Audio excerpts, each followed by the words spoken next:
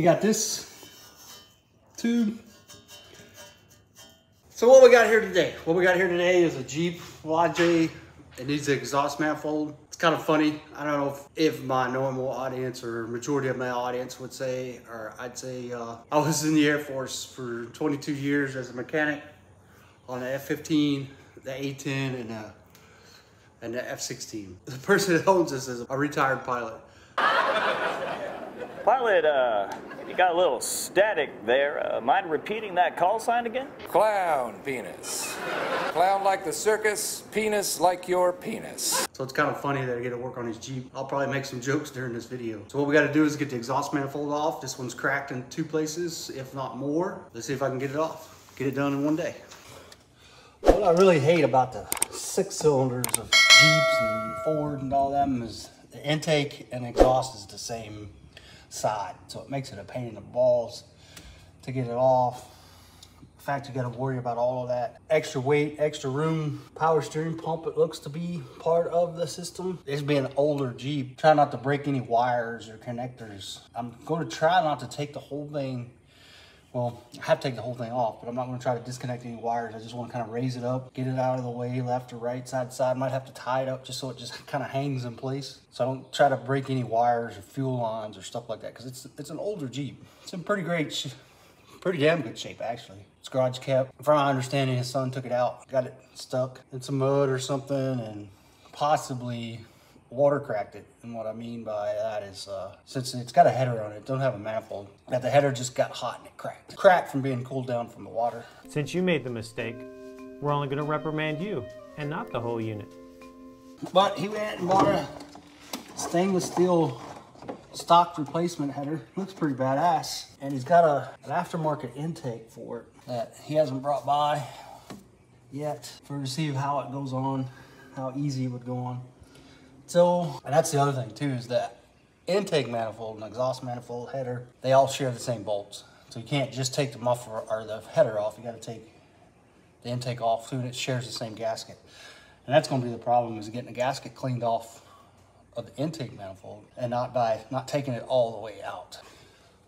What kind of makes this funny is that there's always a big joke in the Air Force world. It takes a college education to break it, but a high school education to fix it. Never mind, guys, it got worse. Your biggest fear is breaking one of these bolts off. Because if you break one of these bolts off, then it turns everything into a way longer process than it should be. So far, it just seems pretty well maintained Jeep. But it's been garage kept most of its life. And as a YJ, it's in pretty good shape. Oh, there it is, cracked. And then this one out here is cracked almost all the way around. It's almost broke off. That's your only spot right there. It'd be a tough job to fix. That's because he couldn't get up inside there. It's broke all the way down through there too. At first I thought header back exhaust was putting weight on it and broke it. I'm not sure that's what it is. Maybe put an extra hanger in it. I don't know. I gotta look at it more after I get it back together. I think this is from being hot and dunked in water.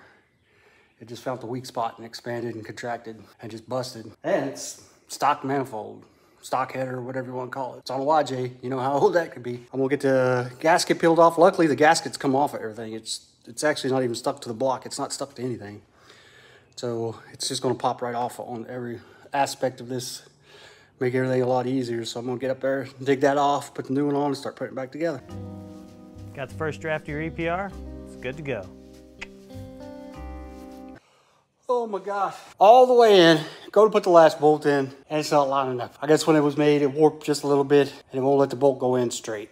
It won't start. So, I'm gonna pull it all the way back out, and I gotta grind this off. It's just a little bit, right there. Shave her down, very last bolt. But it is what it is, I guess. Let me get the grinder, get it knocked out, get the bitch back in. 2, 3, great form. Oh, look at those elbows, good. Absolutely great. Good extension, 10, 11. I'm getting old, getting fat. Doing easy stuff like this is getting heavy. Or I'm getting heavy. Probably the reason why I'm saying fat. I started at 8:30 and now it's 12 or 11:30. So not bad after having to put it all the way together and take it all the way back apart because one bolt didn't fit. So I had to grind the header and make some clearances. Now I gotta fire it up, see if there's any exhaust leaks. Take it for a drive, get it heat up, cool down. Well, there it is. Get a header time to burn in, it stinks. So I'm gonna end up driving it downtown and around just to heat it up, let it cool down. And